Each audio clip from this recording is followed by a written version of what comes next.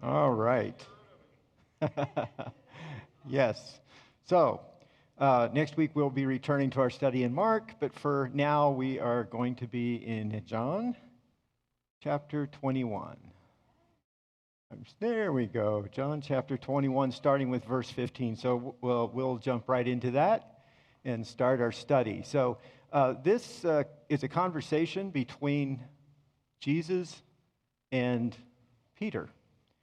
And Peter is just about to come into the full recognition of how a conversation with Jesus is like no other. Let's put it that way. A conversation with Jesus is like no other. And there's a lot to be learned and some training there that Peter might need.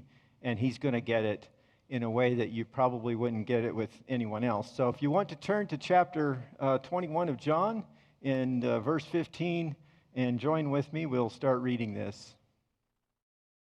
So when they had eaten breakfast, Jesus said to Simon Peter, "Simon, son of Jonah, do you love me more than these?" He said to him, "Yes, Lord, you know that I love you." He said to him, "Feed my lambs." He said to him again a second time, "Simon, son of Jonah, do you love me?" He said to him, "Yes, Lord, you know that I love you." He said to him, "Tend my sheep." He said to him the third time, "Simon, son of Jonah, do you love me?" Peter was grieved because he said to him the third time, "Do you love me?" And he said to him, "Lord, you know all things. You know that I love you." Jesus said to him, "Feed my sheep. Most assuredly I say to you, when you were younger, you girded yourself and walked where you wished. But when you are old, you will stretch out your hands, and another will gird you and carry you where you do not wish." This he spoke, signifying by what death he would glorify God. And when he had spoken this, he said to him, "Follow me." Now, a few things to be aware of here. The context of this particular meeting is after the resurrection on the shores of the Sea of Galilee. Jesus was waiting for the disciples on the shore, and he had some fish that he had already prepared for them to eat. And they were out in their boat because they had gone fishing, Peter and some of the other disciples. He had gone before them into Galilee, just as the angel said in Matthew chapter 28, and Jesus had told them he would do in Matthew 26:32. So that's the context of what's going on here and when this conversation took place. So it was after the resurrection along the shores of Galilee.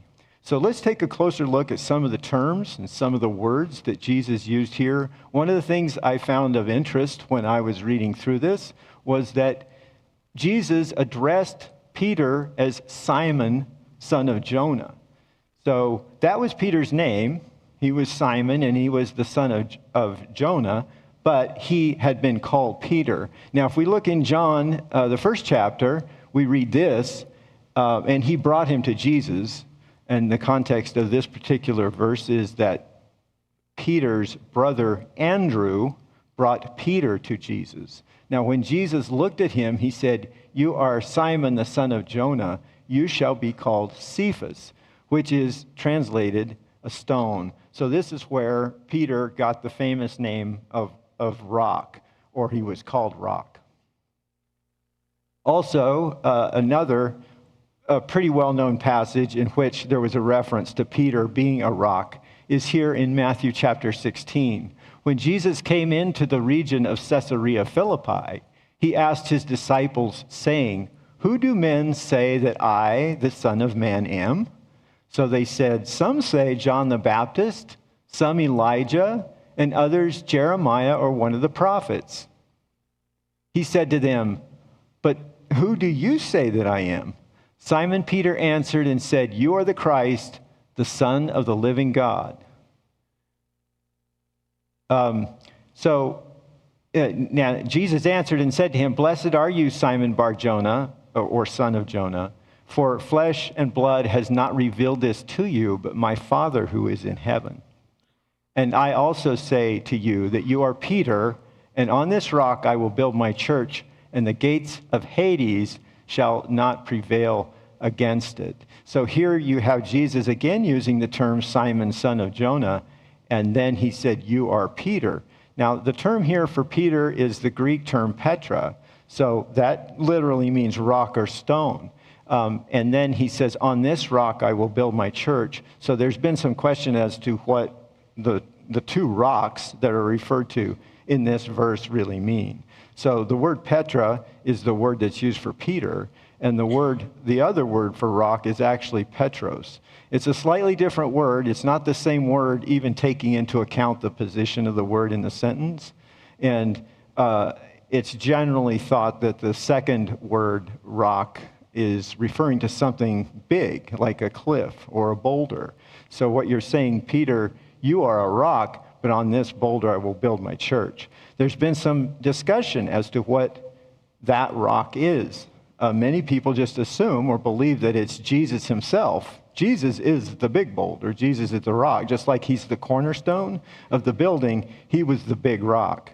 Other people have proposed some other things, like here in Caesarea Philippi, there was a big cliff where they had the pagan gods carved into caves in the cliff. So you would come there as a pagan and you would see all these different gods and you could choose which one you wanted to worship. So some have suggested that this actually was the foundation of the church there, because we come to Christ from all these backgrounds and from paganism and from whatever gods we have. That's how we have come to Jesus. So some have suggested that that is what it was talking about. But this was kind of a mountaintop moment for Peter, right? It's like, oh man, I did the right thing. I said the right words. I recognized that Jesus was the Messiah. We'll find out there was some deficiencies in his knowledge, though. He was given this by God. He was given this understanding or insight to know who Jesus was, but he didn't maybe fully understand the implications of who Jesus was, and we'll take a look at that as we go on. So looking at the next verse, or the next words in this verse that kind of struck me, do you love me more than these? There's a little ambiguity here in terms of who these are. Do you love me more than these? These could mean, do you love me more than you love these others, than you love the disciples, the other disciples that are here? It could mean, do you love me more than these things? The net, the boat, the fishing life. So Peter, at this point, is surrounded by these disciples. He's surrounded by the boat and things that he had with him when he was fishing. And Jesus says, do you love me more than these? It could be that Jesus is referring to both of those things. Or there's also the possibility that he's saying, do you love me more than these love me? And I think there's still, even if you look in the Greek terms, there's still some ambiguity there as to what that means. The first two, we can look at scriptural reference to get some understanding or guidance. In Matthew chapter 10, Jesus says, he who loves father or mother more than me is not worthy of me, and he who loves son or daughter more than me is not worthy of me. So it's an entirely legitimate question for Jesus to ask Peter, do you love me more than these others? Do you love me more than you love them? And that's kind of a difficult question. It's a challenging question for any of us. Do you love Jesus? Do you put Jesus ahead of the other people in your life? Because if you love someone else in your life more than you love the Lord, that has become an idol to you. So that's a challenge, and he could be asking Peter that. Do you love me more than you love these other individuals? The other possible thing is, do you love me more than these things? Do you love me more than the fishing net and the boat and so forth? Simon Peter, Thomas called the twin, Nathanael of Cana of Galilee, and this is earlier, incidentally, reading from Scripture, earlier in the same chapter of John. The sons of Zebedee and two others of his disciples were together. Simon Peter said to them, I am going fishing. They said to him, we are going with you also. They went out and immediately got into the boat, and that night they caught nothing. So, we don't exactly know what's going through Peter's mind here. There's a sense that he is looking back on the past 3 years of serving Jesus, of walking with Jesus, of being Jesus' disciples. He's looking back over those past 3 years, and he might be saying, that's all lost. Jesus isn't who I thought he would be. So he might be saying, hey, I'm just going to go back to my fishing life.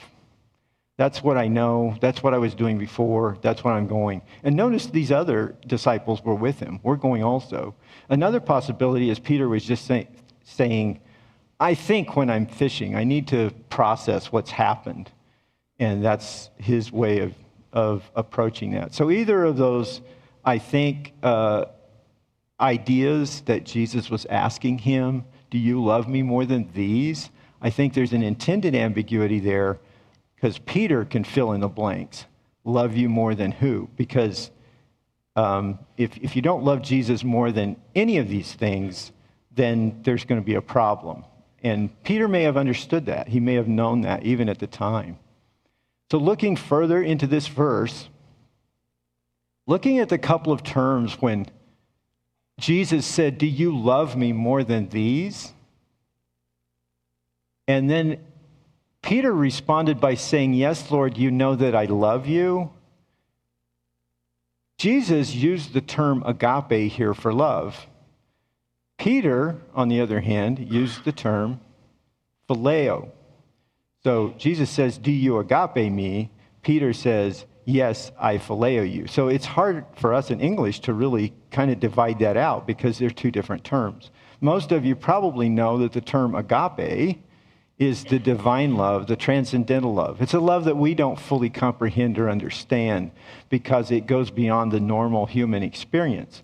It's even greater than the phileo love, which is love for, say, brothers or very close human relationships, one for each other. So they love each other in this way. But Jesus says, do you really love me, type thing. Do you really, really, really, really love me? And Peter's response is, yes, I love you. So it's a little curious as to why Peter responded in that way. Now, the second time around, Jesus asked the same question. It's a little bit differently. It's worded slightly differently than the one before. But Jesus asks the same question, and he uses the same terms. Do you agape me? And Peter responds in the same way. You know that I phileo you. So why did Peter respond in that way? Also in this 16 verse, it's interesting that Jesus had said, originally, he commanded him after Peter said, I love you, he had commanded him to feed my lambs or feed my lambkins, feed my little lambs. Referring to the most vulnerable of the sheep. And this term in this verse is a more general term for sheep. He also uses a more general term for feed. Instead of saying feed my sheep, he says tend my sheep, which is to take care of, more generally, which would include feeding. Now, why did Jesus use different terms here? I don't know for sure why. I think it's worthy of further study. So if you have some extra time on your hands, it might be something that you would like to spend some time reading and exploring. But it's possible that it was just a way of drawing attention to Peter's switching of the word love. He said to him the third time, Simon, son of Jonah, do you love me? And Peter was grieved because he said to him the third time. Now, this one is pretty generally accepted, that the magic of the third time was a reference back to something that had happened before the resurrection, which we read about in chapter 26. This is before the resurrection. Peter had followed the party that had abducted or had taken Jesus, had followed him as far as the courtyard in the building where he was in. So he was kind of hanging around out there or skulking about. And as he sat outside in the courtyard, and a servant girl came to him saying, "You also were with Jesus of Galilee." But he denied it before them all, saying, "I do not know what you are saying." And when he had gone out to the gateway, another girl saw him and said to those who were there, "This fellow also was with Jesus of Nazareth." But again, he denied with an oath, "I do not know the man." And a little later, those who stood by came up and said to Peter, "Surely you also are one of them, for your speech betrays you." Then he began to curse and swear, saying, "I do not know the man." Immediately, a rooster crowed. But all this was done that the scripture of the prophets might be fulfilled. Then all the disciples forsook him and fled. So the general interpretation of this conversation on the shores of the Sea of Galilee after the resurrection are thought to be reflecting back to this event where Jesus had denied knowing, or Peter had denied knowing Jesus 3 times. So the third time had meaning for Peter in that context. It's something of interest to note here. This Matthew reference says all the disciples forsook him and fled. But in Luke 5:11, early on in the ministry, when the disciples were being called, Jesus had told them to catch fish, and you may remember the story. They were fishing the way they normally would in fairly shallow water, because a certain time of day, the fish come into the shallow water to feed, and that's when you can catch them. Well, they weren't catching anything, so Jesus told them to sail out into the deeper water. And they're like, "What does he know? We're professional fishermen. We know what we're doing." But when they followed his direction, they caught fish then when they sailed out in the deeper water. And they recognized this as a tremendous miracle. They recognized this as a miracle, and that's kind of how they knew who who he was. So when they were called by Jesus, they forsook all and followed him. And note that here, the disciples forsook him and fled. So they had forsaken all, and now they had forsaken Jesus. And a little earlier in that chapter, it kind of sets this up. Then Jesus said to them, "All of you will be made to stumble because of me this night, for it is written, I will strike the shepherd, and the sheep of the flock will be scattered. But after I have been raised, I will go before you to Galilee." That's that reference where he said, "I'm going to go before you to Galilee." Now, when Peter had said, "I'm going fishing," I don't think he was thinking about this promise even at this point in time. What's happening here is Peter is being told things by Jesus, and he's not getting the implication of who Jesus is. Even though he was able to recognize Jesus as the Messiah, the implications of who Jesus was as Messiah is not something he was grasping. And even though he had been told, "Hey, I will go before you to Galilee," I don't think they were going out there to say, "Let's go out onto the Sea of Galilee and see if we can find Jesus." They were going fishing, but they did find Jesus. "But after I have been raised, I will go before you to Galilee." Peter answered and said to him, "Even if all are made to stumble because of you, I will never be made to stumble." Jesus said to him, "Assuredly, I say to you that this night, before the rooster crows, you will deny me 3 times. Peter said to him, "Even if I have to die with you, I will not deny you." And so said all the disciples.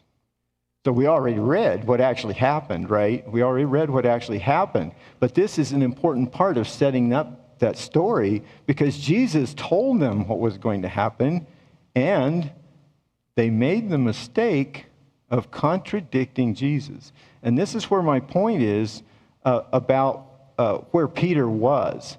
He understood that Jesus was Messiah, but didn't understand the implications of that. Because if he would have understood that, he probably would not have tried to contradict the Messiah, right? You wouldn't deny or contradict. So there was two kinds of denials that Peter had here. One was the denial of knowing Jesus when he was afraid for his own life, but he was also denying Jesus' authority, his sovereignty, when he said that, oh, this is never going to happen to me.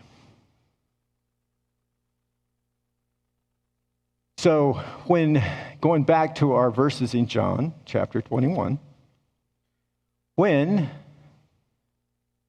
the third time that Jesus addressed Peter, he said, Simon, son of Jonah, do you love me? Well, guess what word he used this time? He doesn't use the term agape here. He uses the term philia. Do you philia me? And Peter was grieved because he said to him the third time. Well, we talked about that. The third time meant something, right? But also, when Peter answered, he continued to use the term phileo. So it was the same word. But this third time, Jesus asked him, do you love me? And Peter said, yes, you know that I love you. So Jesus has kind of downgraded the question a little bit. He's challenged him now at a different level than what he was challenging him before. Now, it might be nice to read this and say, oh, at this point, Peter raised his level and used the term agape. But that's not what happened. Peter answered him with using the same term that he had been using all along. But there is something here. There's a glimmer of hope. There's a little bit of a change here that Peter expresses. He's getting the point, I think. So he says, Lord, you know all things. Lord, you know all things. You know that I love you. It's a sign that Peter has changed, grown, recognized something that he was not recognizing before. In this conversation, he's come to a point where he had not been before when he had a conversation with Jesus. One of those things is he's not contradicting Jesus.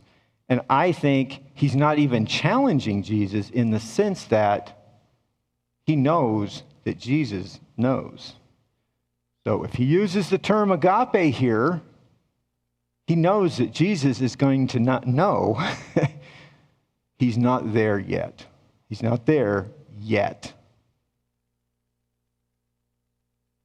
So when he said, even if I have to die with you, I will not deny you, he's denying who Jesus is by making that statement. You get that?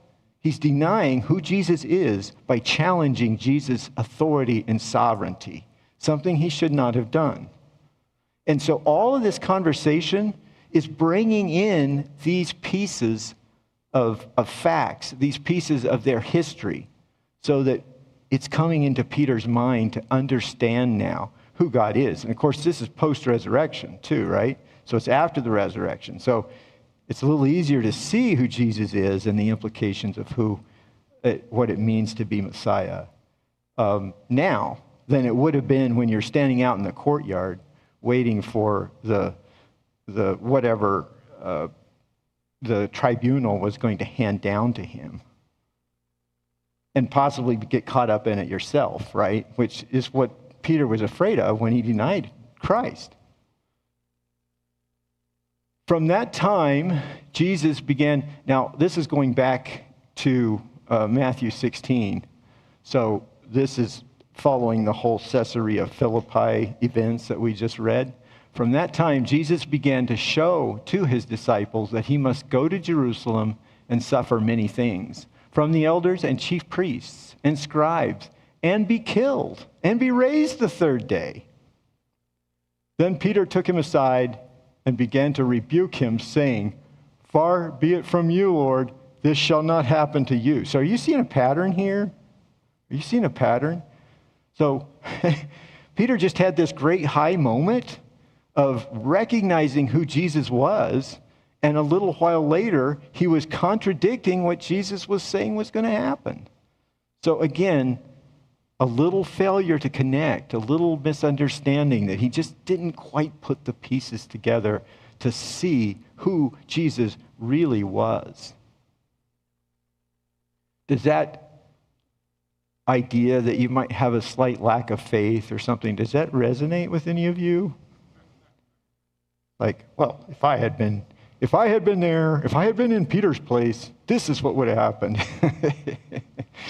Yeah. So in the last of this verse 17, Jesus has now said, feed my lambs.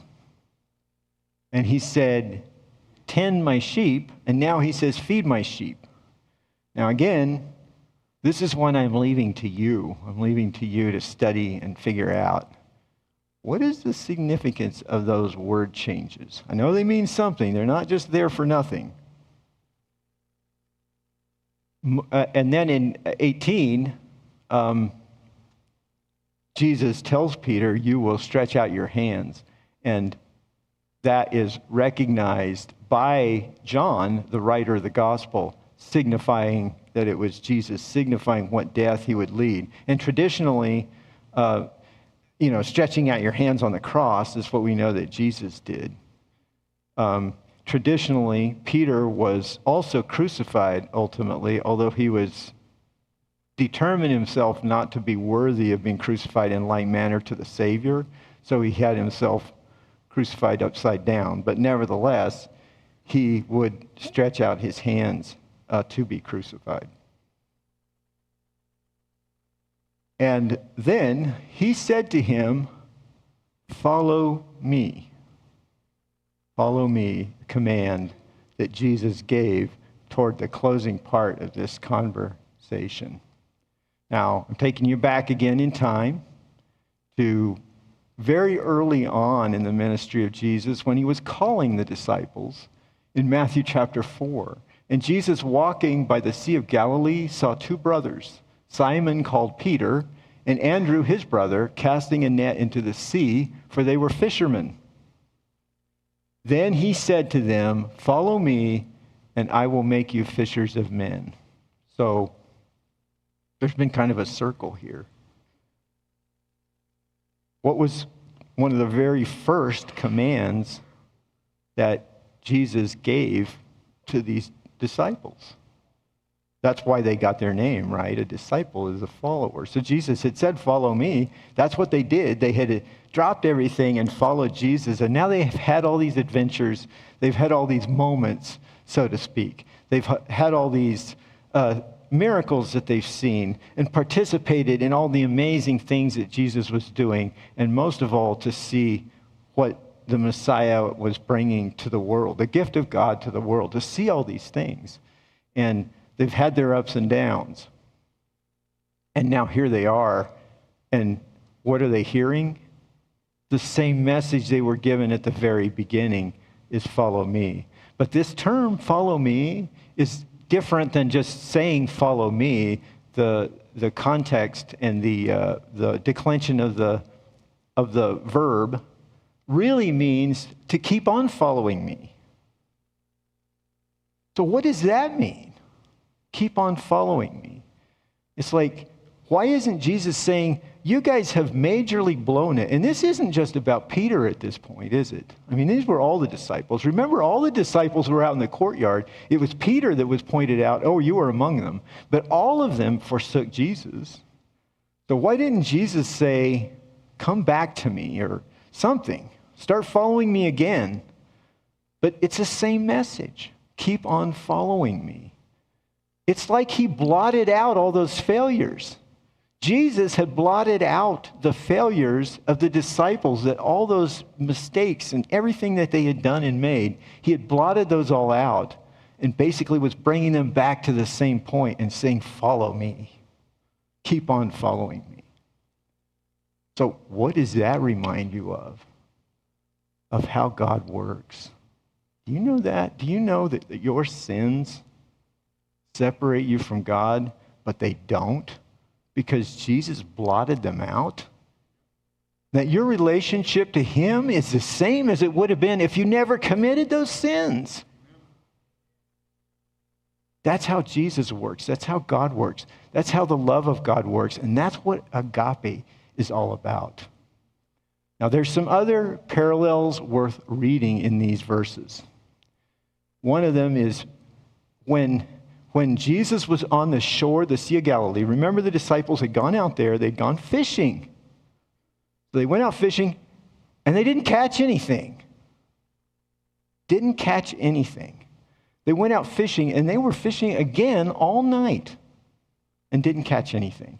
So they come along this, they see Jesus there on the shore, and what's he doing? He's fishing fish or cooking fish over a fire. And he says, throw your net on the right side of the boat and you'll catch something. Well, I don't know much about fishing, but I really don't think that there should be any difference between throwing your net on the left side of the boat and the right side of the boat. You're in the same waters. So he tells them to do it, and then they have this huge catch again. So one of the disciples said to Peter, it's the Lord. He's off on the shore. I can't quite see him, but it's the Lord. So Peter wraps his coat around him, wraps his garment around him, and plunges into the sea. Reminiscent of another situation that happened earlier in the ministry with Jesus, right? Remember when Jesus came walking across the water, and Peter said, well, what about me? Can I do it? And Jesus said, come on. And for a second, Peter actually walked on the water too, before he lost his faith and began to sink. So there is a parallel there. Jesus had previously told them what to do to catch fish. Remember before he said, sail out and you'll catch fish. And that really got their attention. And he tells them again, throw your net on the right side. So they get their attention again. So there's much to see in these verses, much more than we have time to cover today. And my application on this reading, Jesus has just shown all the disciples that they need him. You don't catch fish without Jesus. You don't catch fish without Jesus. And he, maybe more importantly, he is still there for them. Now, they may have seen him crucified. They may have seen him put in the ground. But he is still there. Very important for them to understand that.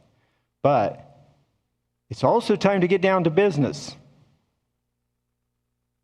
Feed my sheep. Follow me. But now I want you to be fishers of men. We're not going to be so concerned about catching the fish, but we're concerned about catching people. We're concerned about catching people. And this message that he gave to the disciples is the same one for us. And it's the same thing for us to do. And we have all the same benefits and the same blessings, the same promises. Jesus was there for them all through it, and he's there for you. He's there for us. He's there for me. He's there for all of us. But we need to get down to business. Thank you.